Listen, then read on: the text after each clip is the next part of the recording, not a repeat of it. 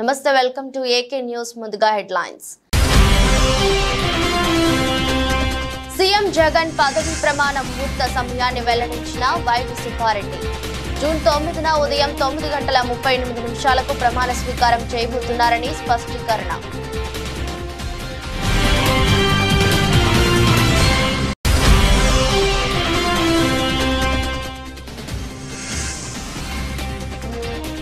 Graduate ఎన్నికల్లో ఈసారి కూడా విజయం మాది ధీమా వ్యక్తం చేసిన మాజీ మంత్రి ఎమ్మెల్యే జగదీష్ రెడ్డి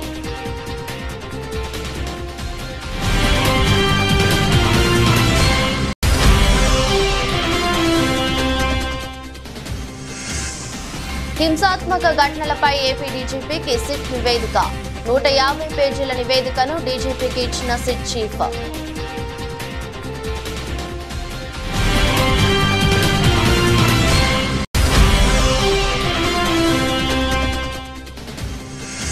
హైదరాబాద్ లో చెడ్డీ గ్యాంగ్ తరహాలో churidar gang SR Nagar PS పరిధిలోని జెక్ కాలనీలో ఘటన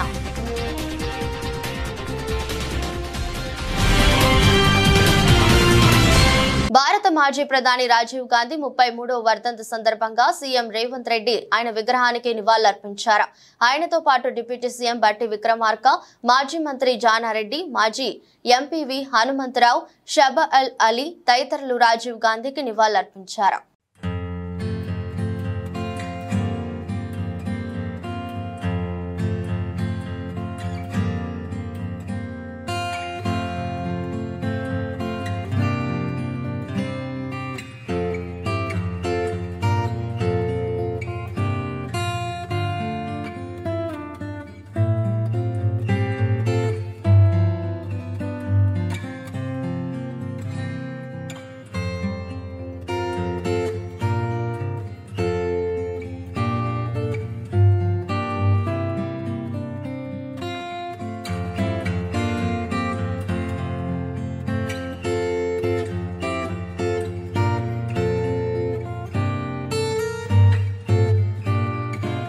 ఏపీలోని పలు జిల్లాల్లో పోలింగ్ నేపథ్యంలో జరిగిన హింసపై కేంద్ర ఎన్నికల సంఘం సిట్ నియామకానికి ఆదేశాలు జారీ చేసిన సంగతి తెలిసిందే. దాంతో ఏపీ ప్రభుత్వం సీనియర్ ఐపీఎస్ అధికారి వినీత్ బ్రిజ్లాల్ నేతృత్వంలో 13 మంది సభ్యులతో సిట్ ను నియమించింది. పల్నాడు, తిరుపతి, అనంతపురం జిల్లాల్లో పోలింగ్ రోజున ఆ తర్వాత జరిగిన హింసాత్మక ఘటనలపై సిట్ దర్యాప్తు జరిపింది. ఈ మేరకు 150 పేజీలతో ప్రాథమిక నివేదిక రూపొందించిన సిట్ ఆ నివేదికను నేడు ఏపీ డీజీపీ హరీష్ కుమార్ గుప్తా సమర్పించింది. సిట్ చీఫ్ వినీత్ బ్రిజ్లాల్ నేడు డీసీపీ హరీష్ కుమార్ గుప్తాను కలిసి నివేదికను అందించారు. పోలింగ్ నేపథ్యంలో పల్నాడు, అనంతపురం, తిరుపతి జిల్లాల్లో 33 ఘటనలు జరిగినట్టు సిట్ గుర్తించింది. హింసాత్మక ఘటనలపై నమోదైన ఎఫ్ఐఆర్ ను పరిశీలించింది. స్థానికులు, పోలీసులను కూడా సిట్ సభ్యులు విచారించారు. కోమటిరెడ్డి వంటి చిల్లర వ్యక్తి గురించి మాట్లాడటం వృధా అని, ఆయన నిలకడలేని వ్యక్తి అని మాజీ మంత్రి జగదీష్ రెడ్డి అన్నారు. గ్రాడ్యుయేట్ ఎమ్మెల్సీ ఎన్నికల్లో బీఆర్ఎస్ వరుసగా 4 సార్లు గెలిచిందని, ఈసారి కూడా విజయం ఖాయమని ధీమా వ్యక్తం చేశారు. నల్గొండ జిల్లా కేంద్రంలో ఏర్పాటు చేసిన మీడియా సమావేశంలో ఆయన మాట్లాడుతూ కేంద్ర రాష్ట్ర ప్రభుత్వాలు చేస్తున్న మోసం అందరికీ అర్థమైందన్నారు. గుజరాత్ లోనూ పేదరికం పెరిగిందన్నారు. దేశమంతా అధికారంలోకి వెళ్లిందన్నారు. ఇక కాంగ్రెస్ పార్టీ దేశవ్యాప్తంగా అట్టర్ ఫ్లాప్ అయిందన్నారు. తెలంగాణలోనూ అబద్ధపు ప్రచారాలు చేస్తూ కాలం గడుపుతుందని విమర్శించారు. రుణమాఫీ చేస్తామని మభ్యపెడుతున్నారని తెలిపారు. ఈ రాష్ట్రంలో స్పష్టంగా వాళ్ళు తెలిసి కావాలని అడ్డగోలు హామీలు ఇచ్చి అన్ని వర్గాల ప్రజల్ని మోసం చేసి గద్దెనెక్కి ఒక్కటంటే ఒకటి కూడా నెరవేర్చుతో మాడుస్తున్నాడు. ఈ దేశంలో ఇంకా 40 కోట్ల మంది పైగా ప్రజలు ఒక్క పూట అన్నం తిని ఇంకో పూట పస్తులు పడుకుంటున్నారు అని చెప్పి పేదరికం పెరిగింది. గుజరాత్లో కూడా మోడీ గారు మొదటిసారి ముఖ్యమంత్రి నుంచి 25 ఏళ్లలో పేదరికం పెరుగుతూ వచ్చింది. రాముడి పేరు మీద మోసం చేసింది. ఇప్పుడు అది కూడా తేలిపోయిందని చెప్పి కొత్తగా నిర్ణయాల పక్క దేశం గురించి మాట్లాడతారు. ఏం అవసరం? మనం ఎందుకంటే పక్క దేశం ప్రస్తావన ఏం అవసరం? ప్రజల్లో లేనిపోని అపోహలు సృష్టించడం,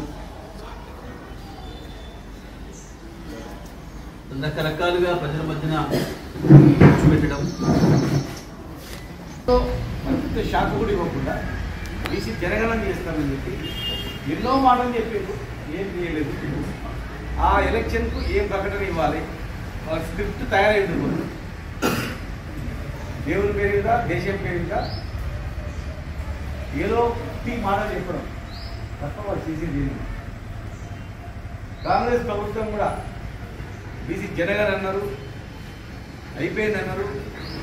మరి అవన్నీ జనగణన ఎందుకు? లోకల్ బాడీలో రిజర్వేషన్ మరి అది ఎక్కడ పోయింది అనుకుని ఎంతసేపు? ఒక్కరోజు సకల జిల్లా సర్వే చేసి ముందు పెట్టడం జరిగింది. ముందు ఎగ్జాంపుల్ కూడా ఉంది అక్కడ. మీరు ఒక్కరోజు చేయకపోతే 10 రోజులు చేయండి, 100 రోజులు, 1 మంత్ చేయండి. వైసీపీ సీనియర్ నేత వైవి సుబ్బారెడ్డి మీడియాతో మాట్లాడుతూ కీలక అంశాలపై స్పందించారు. మే 13న జరిగిన పోలింగ్ సరళి చూస్తే అర్ధరాత్రి 12 గంటలకు కూడా ఓటేసేందుకు ఓపిక్గా వేచి చూశారని, వృద్ధులు, వికలాంగులు, మహిళలు ఓటేసిన తీరు ఆ రోజే వైసీపీ విజయాన్ని ఖాయం చేసిందని అన్నారు. జూన్ 4న వచ్చే ఎన్నికల ఫలితాల్లో వైసీపీ 175 స్థానాల్లో అత్యధిక శాతం సీట్లను కైవసం చేసుకుంటుందని ధీమా వ్యక్తం చేశారు.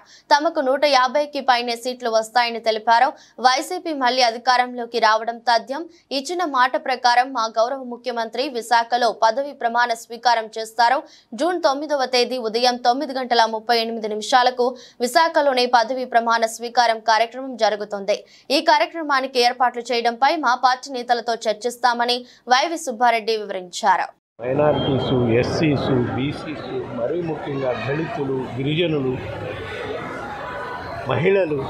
మహిళలు అయితే అసలు మార్నింగ్ 7 గంటల నుంచి మధ్యాహ్నం 2 గంటల వరకు కూడా అధికారులు సరైన ఏర్పాట్లు చేయకపోయినా ఎండను కూడా భరిస్తూ నిలబడ్డారంటే అది వాళ్ళు గౌరవ ముఖ్యమంత్రి జగన్ రెడ్డి గారి పట్ల చూపిస్తున్న ఆదరణ, కృతజ్ఞత.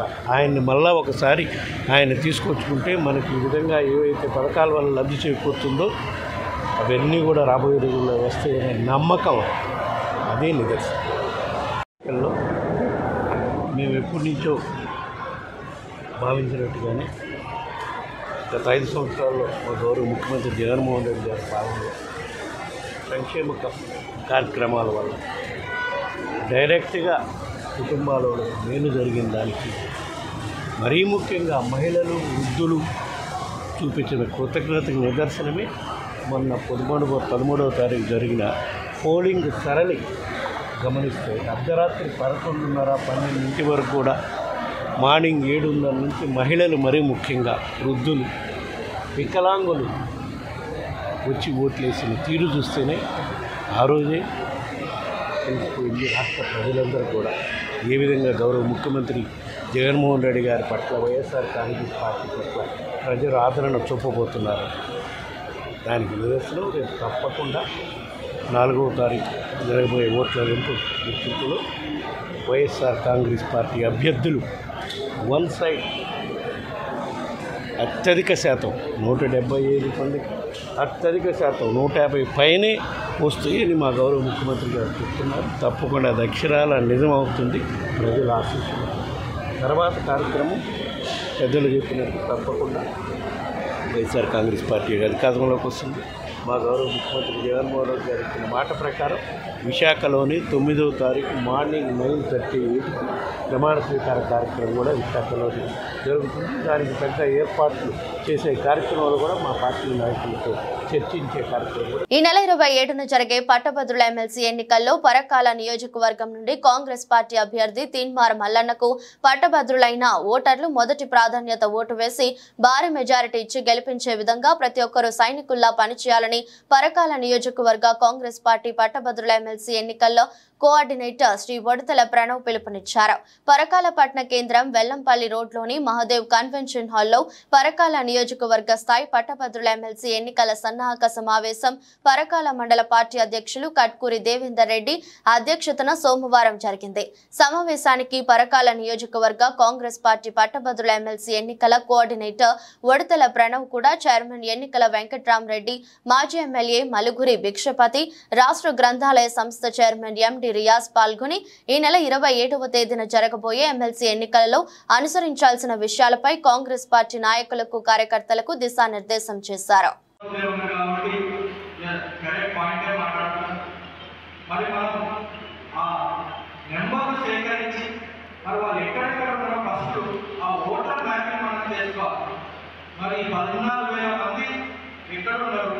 ఎందుకంటే మీరు ఎవరైతే మీ బూత్లో ఎన్రోల్ చేసిందో మెయిన్ బాధ్యత వాళ్ళదే. ఎందుకంటే మీరు కష్టపడి మీరు వాళ్ళని ఐడెంటిఫై చేసి మీరు ఎన్రోల్ చేసింది కాబట్టి ఓటు 27 తారీఖు వరకు వాళ్ళ బాధ్యత మీదే. ఖచ్చితంగా ఆ బాధ్యత తీసుకోవాలని ఉంది.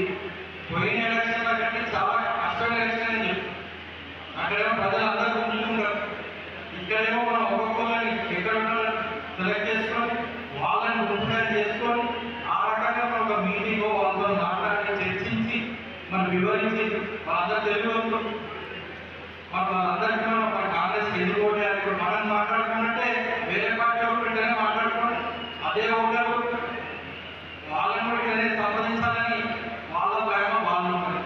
మరి మనం కూడా ప్లాన్ వేసుకొని పోవాలి కదా. మనందరూ ఏదైతే మన ఇక్కడ అన్నపూర్ణ తెలుసు, వెంకటరమణ కానీ మన ముఖ్యంగా ఎమ్మెల్యే గారు లేరు, అమెరికాలో ఉన్నారు, వారు కూడా ఎమ్మెల్యే ప్రకాశ్ గారు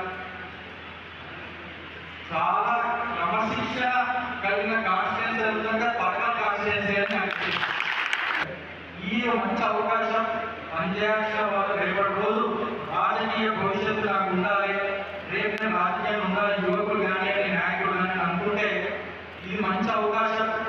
వీళ్ళు కూడా రేపు మనం ఓటేయడానికి ఉపయోగపడతారు. ఏదైతే గ్రాడ్యుయేట్ ఉన్నారో ఇంకా ఊరు తిరుగుతారు కాబట్టి మరొకసారి ఫౌండేషన్ అవుతుంది. మన ఊళ్ళో ఎవరున్నారు ఏంటంటే మరొకసారి మనం మ్యాపింగ్ చేయడానికి ఇది మంచి అవకాశం. అందరినీ మనం సద్వినియోగం చేసుకోవాలని కోరుకుంటూ రేపటి నుంచి ఉంటాం. మండలానికి మీటింగ్ పెట్టుకుంటాం, మాట్లాడుకొని చర్చించుకొని మీ సలహాలు సూచనలు తీసుకొని ఏ రకంగా ముందుకు పోవాలని ఒక రూట్ మ్యాప్ వేసుకొని ముందుకు పోవాలని నేను కోరుకుంటూ పట్టభద్రుల ఎమ్మెల్సీ ఎన్నికల ప్రచారంలో ఉమ్మడి జిల్లా వ్యాప్తంగా సుడిగాలి పర్యటన చేస్తూ ఎమ్మెల్సీ అభ్యర్థి గెలుపుకై ప్రచారాన్ని ముమ్మరంగా కొనసాగిస్తూ రోజంతా బిజీగా గడిపిన మాజీ మంత్రి సూర్యాపేట శాసనసభ్యులు గుంటకండ్ల జగదీష్ రెడ్డి సోమవారం సాయంత్రం సూర్యాపేట జిల్లా కేంద్రంలోని సద్దుల చెరువు మినీ ట్యాంక్ బండ్పై సరదాగా కాసేపు గడిపారు. ఈ సందర్భంగా వర్కర్స్, సందర్శకులు, యువత, నిరుద్యోగులు పెద్ద ఎత్తున అక్కడికి చేరుకొని ఆయనతో ముచ్చటిస్తూ సెల్ఫీలు దిగారు. సుమారు గంట పాటు అందరితో కలిసి ట్యాంక్ బండ్పై కలియ తిరిగిన ఆయనతో స్థానిక ప్రజలు గత 10 ఏళ్లలో బీఆర్ఎస్ పాలనలో జరిగిన అభివృద్ధిని గుర్తు చేస్తూ ముచ్చటించిన సమయంలో అందరితో ఆయన చిరునవ్వుతో ఆనందాన్ని పంచుకున్నారు. ఈ సందర్భంగా యువత, నిరుద్యోగులు ప్రస్తుతం జరుగుతున్న పట్టభద్రుల ఎమ్మెల్సీ ఎన్నికల్లో తమ ఓటు టీఆర్ఎస్ పార్టీకే వేస్తామని గర్వంగా చెప్పారు. Senior national throwball championship June 6 నుండి 8 వరకు నగరంలో హయాత్ నగర్లోని వర్డ్ అండ్ డీడ్ ఎడ్యుకేషనల్ అకాడమీలో నిర్వహించనున్నట్లు తెలంగాణ రాష్ట్ర throwball association organising chairman state doctor Satyam Srirangam తెలిపారు. సోమాజిగూడ ప్రెస్ క్లబ్ లో జరిగిన కార్యక్రమంలో ఆయన మాట్లాడుతూ ఈ ప్రతిష్టాత్మక ఈవెంట్ లో 26 రాష్ట్రాల నుండి దాదాపు 750 మంది పురుషులు, మహిళా క్రీడాకారులు పాల్గొనున్నట్లు ఆయన తెలిపారు. పాత్రికేయ మిత్రులు నమస్తే. నా పేరు సత్యం శ్రీరంగం, తెలంగాణ త్రోబాల్ అసోసియేషన్ ప్రెసిడెంట్ని. 47వ జాతీయ త్రోబాల్ ఛాంపియన్షిప్ తెలంగాణలో జరుగుతున్నాం.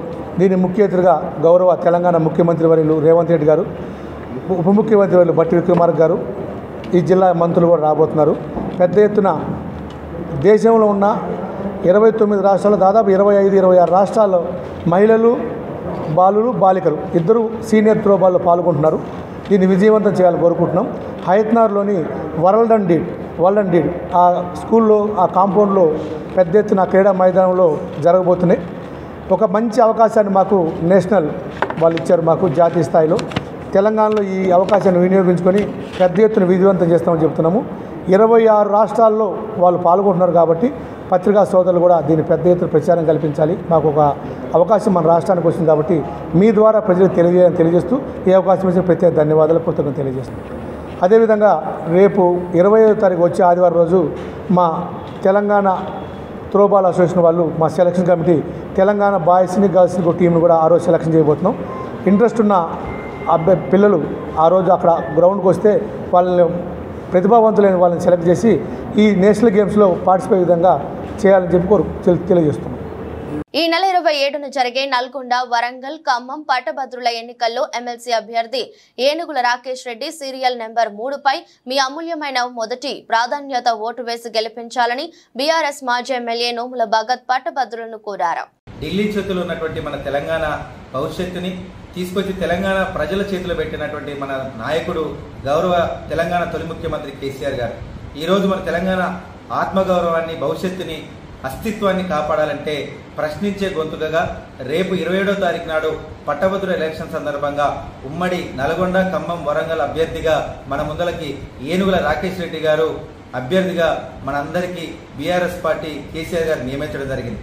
కావున మన పట్టభద్రులందరూ కూడా సీరియల్ నెంబర్ 3 ఏనుగుల రాకేష్ రెడ్డి గారి 1వ నెంబరు ప్రాధాన్యత ఓటేసి గెలిపించాలని మనస్ఫూర్తిగా మిమ్మల్ని అందరూ వేడుకుంటూ జై తెలంగాణ, జై కేసీఆర్. బెంగళూరులో ఓ వ్యాపారవేత్త ఏర్పాటు చేసిన రేవ్ పార్టీని పోలీసులు భగ్నం చేసిన సంగతి తెలిసిందే.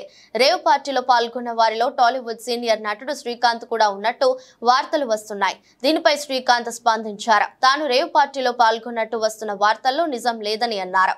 తాను హైదరాబాద్ లోనే ఉన్నానని, బెంగళూరు వెళ్లలేదని తెలిపారు. కన్నడ మీడియా, సామాజిక మాధ్యమాల్లో వస్తున్న వార్తలు అవాస్తవమని పేర్కొన్నారు. ఇది నా ఇల్లేగా, మా ఇంట్లోనే ఉన్నాను, హైదరాబాద్లో ఉన్నాను. సో నేను విన్నాను పొద్దున్నుంచి, నాకు ఫోన్లు రావడం జరిగింది. నేను కూడా వీడియో క్లిప్ చూశాను. మన మీడియా మిత్రులు చాలామంది నన్ను అడిగి క్లారిఫై చేసుకున్నారు. వాళ్ళ దాంట్లో రాలేదు నాకు తెలిసి.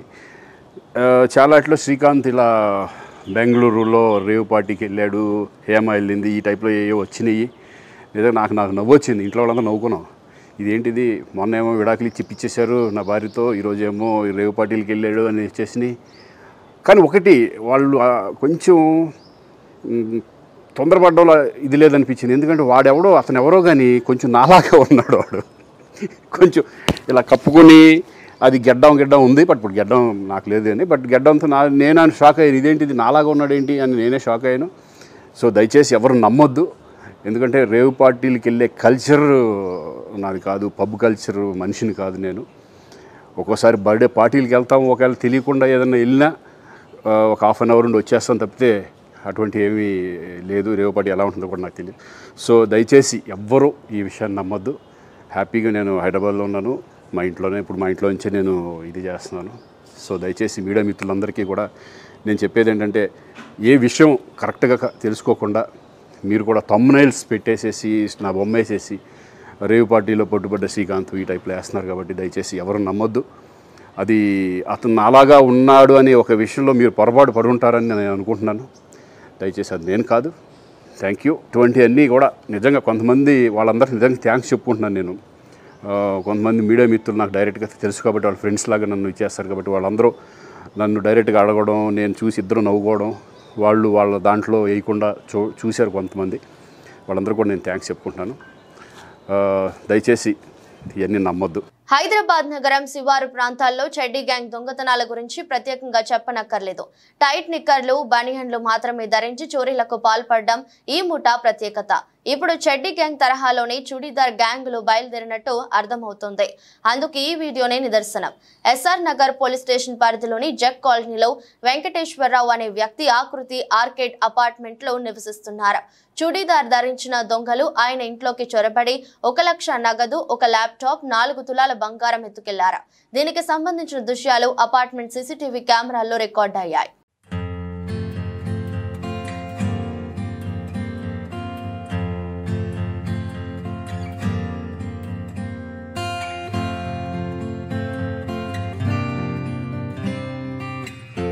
శ్రీ సత్యసాయి జిల్లా ధర్మవరం పట్టణం తెరు బజార్ నందు శ్రీవారి శ్రీ క్రోధినామ సంవత్సర వార్షిక బ్రహ్మోత్సవాల్లో భాగంగా 7వ రోజు ఉదయం 7 గంటలకు శ్రీ లక్ష్మీ చెన్నకేశవ స్వామిని దర్శించుకుని ధర్మవరం నియోజకవర్గం ప్రజలు ఆయుర ఆరోగ్యాలతో, అష్టైశ్వర్యాలతో సంతోషంగా జీవించాలని శ్రీ లక్ష్మీ చెన్నకేశవ స్వామిని మనస్ఫూర్తిగా కోరుకున్న ఎమ్మెల్యే కేతిరెడ్డి వెంకట్రామరెడ్డికి ఆలయ ప్రధాన అర్చకులు తీర్థ ప్రసాదాలు అందజేశారు.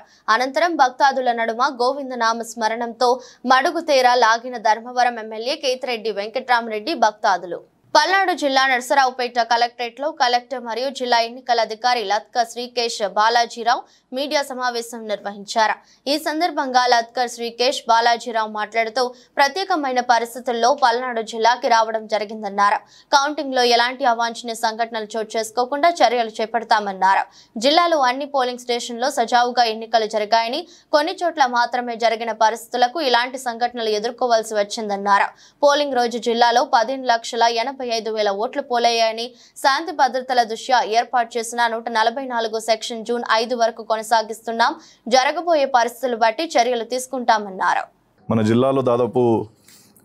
అన్ని పోలింగ్ స్టేషన్లో చాలా చక్కగా పోలింగ్ జరిగింది. కొన్ని లొకేషన్స్లో సంఘటనలు జరిగాయి, చాలా అన్ఫార్చునేట్ ఇన్సిడెంట్స్.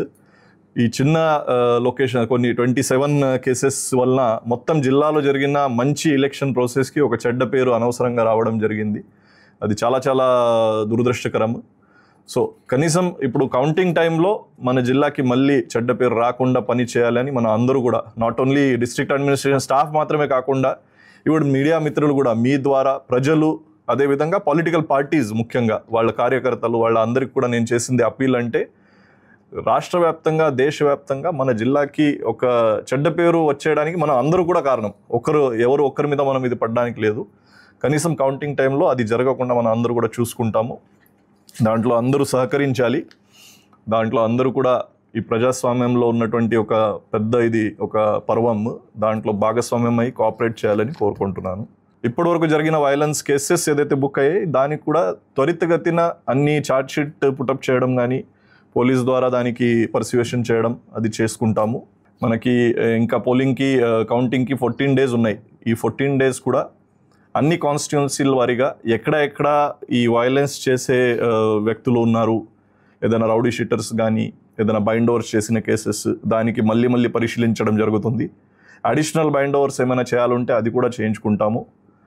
గతంలో బైండ్ ఓవర్ చేసిన వాళ్ళు ఈ కేసెస్లో పాల్పడినట్టయితే వాళ్ళ మీద ఆ బైండ్ ఓవర్ కేసెస్ ఇంప్లిమెంట్ చేయడానికి కూడా కఠిన చర్యలు తీసుకుంటాము. కౌంటింగ్ అరేంజ్మెంట్స్కి వస్తే మన జిల్లాకి total 7 కాన్స్టిట్యున్సీస్లో 7 parliamentary counting halls, 7 assembly counting halls, total 196 counting tables అవసరం ఉంటాయి.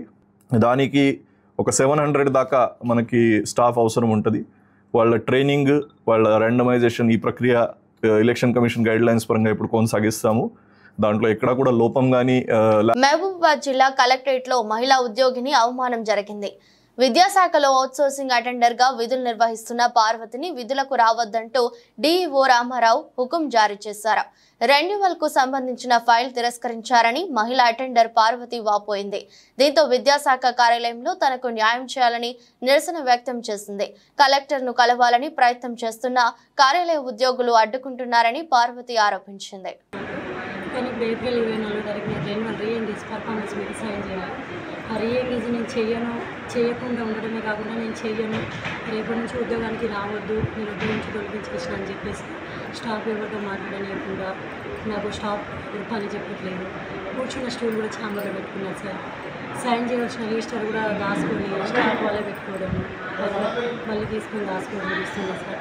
ఇదేంటి నేను ఇలా నాదేమైనా పొరపాటు ఉంటే నన్ను క్షమించి నేను ఎక్కడ డిక్టేషన్లో పంపించండి, కానీ నా పుట్టి మీద పుట్టిన కుటుంబాన్ని రోడ్డు మీద వేయకండి, పెద్దవాళ్ళు సార్ ఇలా చేయకండి రిక్వెస్ట్ చేసుకోవడం జరిగింది. ఏఓ గారిని, ఏడీ గారిని, ఆయన కూడా రెస్పాన్స్ లేకుండా నేను రిక్వెస్ట్ చేసుకుంటే లేచి బయటికి వెళ్ళి ఇక్కడ కింద కూర్చోబెట్టి ఎన్ని రోజులు అవుతుంది?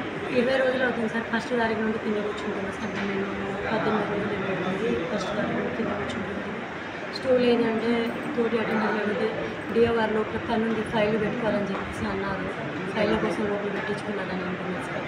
నాకు కావాలి సార్, నాకు ఎక్కడైనా డిప్రెషన్లో పంపిన రిక్వెస్ట్ చేస్తుంది సార్. నాకు ఇది తప్ప వేరే ఆధారం లేదు సార్. ప్లీజ్ సార్, నేను 2015 ముందు చేస్తున్నాను. నేను అందరినీ కోల్పోయి ఒంటరిగా పిల్లల్ని పట్టుకొని పోషించుకుంటున్నాను సార్. చిన్న ఉద్యోగం మీద ఇలాంటి కక్షలు లేకుండా నాకు నా తప్పులు ఏమైనా ఉంటే మొదటి తప్పులు క్షమించు. నన్ను ఎక్కడైనా డిప్రెషన్లో మీకు నచ్చకపోతే ఎక్కడైనా డిప్రెషన్లో పంపిన నన్ను నా కుటుంబాన్ని రోడ్డు మీద అయితే వేయొద్దని చెప్పి మనస్ఫూర్తిగా కోరుకుంటున్నాను సార్. జర్నలిస్ట్ అంగల తిరుపతిపై జరిగిన దాడిని ప్రతి ఒక్కరూ ఖండించాలని కొమరం భీం ఆసిఫాబాద్ జిల్లా సిర్పూర్ కాగజ్ నగర్ నియోజకవర్గ ఎమ్మెల్యే డాక్టర్ పాల్వాయ్ హరీష్ బాబు అన్నారు. ఈ సందర్భంగా మాట్లాడుతూ చారగం వద్ద అక్రమ మైనింగ్ జరుగుతుందని విలేకరి తిరుపతి అక్కడికి వెళ్లి ఫోటోలు తీస్తుండగా ఆయనపై దాడి చేసి ఆయనను అదే బైక్ మీద కూర్చోబెట్టి పోలీస్ స్టేషన్ కు తీసుకొచ్చారంటే వ్యవస్థ ఎంతగా చెడిపోయిందో అర్థం చేసుకోవచ్చన్నారు. తీవ్రంగా గాయపరిచారని పేర్కొన్నారు. దాడి చేసిన దుండగులను అక్రమ మైనింగ్ పై అధికారులు కఠిన చర్యలు తక్షణమే తీసుకోవాలని డిమాండ్ చేశారు. కాగజ్నగర్ రూరల్ మండలానికి చెందిన జర్నలిస్టు మిత్రుడు శ్రీ తిరుపతి గారి మీద జరిగిన దాడిని అందరూ ఖండించాల్సిన అవసరం ఉన్నది. ఒక నాయకుడు అక్రమంగా మైనింగ్ చేస్తున్నాడనే విషయం తెలుసుకుని చారిగాం వద్దకు వెళ్ళిన ఆయన మీద దాడి చేసి ఆయనని అదే బైక్ మీద కూర్చోబెట్టి పోలీస్ స్టేషన్ తీసుకొచ్చారంటే వ్యవస్థ ఎంతగా చెడిపోయిందో అర్థం చేసుకోవచ్చు. తక్షణం మైనింగ్ అధికారులు అక్కడ అక్రమ మైనింగ్ చేస్తున్న ఆ నాయకుల మీద చర్యలు తీసుకోవాలి.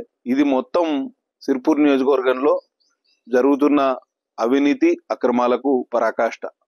కాబట్టి వెంటనే వీరందరి మీద కఠిన చర్యలు తీసుకోవాలని డిమాండ్ చేస్తూ సెలవు తీసుకుంటున్నా. జై హింద్. కరీంనగర్ టౌన్ ముస్లిం యువకులు దళిత హిందూపై దాడి చేసిన ఘటన కరీంనగర్ పట్టణంలో చోటు చేసుకుంది. వివరాల్లోకి వెళ్తే విశ్వ హిందూ పరిషత్ బజరంగ్ దళ్ కరీంనగర్ జిల్లా వారు ప్రింట్ మీడియా మరియు ఎలక్ట్రానిక్ మీడియా స్టాఫ్ రిపోర్టర్ గారికి వివరాలు తెలియజేశారు. ప్రెస్ మీట్ పెట్టడానికి గల కారణం దళిత హిందూ యువకుడిపై మాజీ డిప్యూటీ మేయర్ అబ్బాస్ అమీ మరో 6 కలిసి పోలీసులకు సమాచారం ఇవ్వకుండా శాంతి భద్రతలకు విఘాతం కలిగిస్తున్నారు.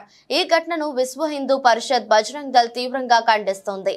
ఈ కార్యక్రమంలో విహెచ్సిపి జిల్లా కార్యదర్శి ఆదిమూల విద్యాసాగర్, బజరంగ్ దళ్ కన్వీనర్ తోటా ప్రదీప్ కుమార్, భరత్ యొక్క అన్న శ్రీకాంత్, బజరంగ్ దళ్ జిల్లా కో కన్వీనర్ కన్నం శంకర్, విహెచ్పి సత్సంగ ప్రముఖ విఠలాచారి, జిల్లా సురక్ష ప్రముఖ అడ్డగట్ల శ్రీనివాస్, నగర బజరంగ్ దళ్ నాయక గుంజంత రాజేందర్, తోట రాజేందర్, శివ, ఆదిమూల శ్రీనివాస్, అజయ్, మదన్ కార్యకర్తలు పాల్గొన్నారు. తన ఫ్రెండ్ వద్ద డబ్బులు తీసుకోవడానికి వస్తుండగా బొమ్మకల్ ఫ్లైఓవర్ వద్ద నుండి భరత్ని బైక్ పై వెళ్తుండగా వాళ్ళందరినీ 4 వ్యక్తులు వాళ్ళిద్దరిని ఫాలో చేసి రేకుర్తి వెళ్ళిన తర్వాత 6 ముస్లిం యువకులు వీళ్ళిద్దరిపై దాడి చేయడం జరిగింది.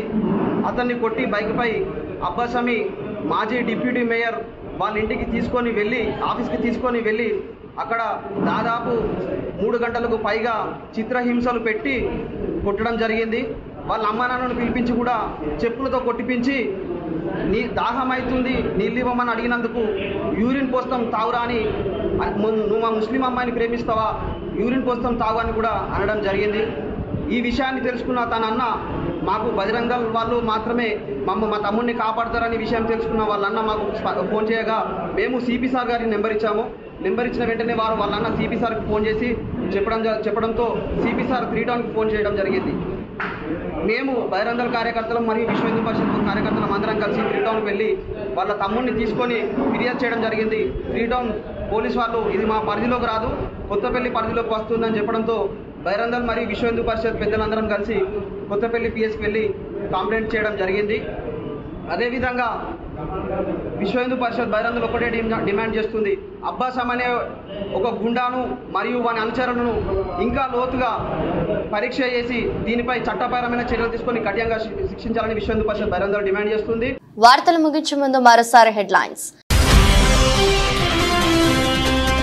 సీఎం జగన్ పదవి ప్రమాణ ముహూర్త సమయాన్ని వెల్లడించిన వైవి సుబ్బారెడ్డి.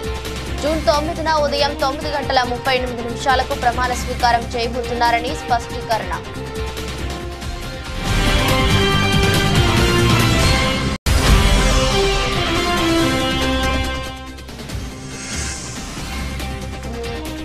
గ్రాడ్యుయేట్ ఎన్నికల్లో ఈసారి కూడా విజయం మాది, ధీమా వ్యక్తం చేసిన మాజీ మంత్రి ఎమ్మెల్యే జగదీష్ రెడ్డి.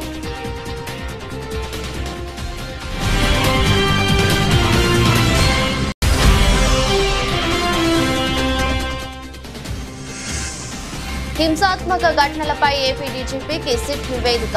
150 పేజీల నివేదికను డీజీపీకి ఇచ్చిన సిట్ చీఫ్.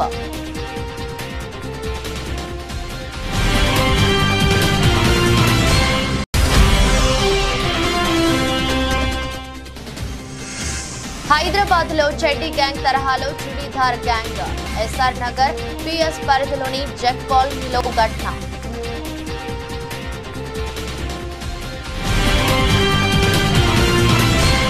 ఇదరొస్ట్ బులెటిన్ మరో బులెటిన్ మళ్ళీ కలుద్దాం. అంతవరకు సెలవు, నమస్కారం.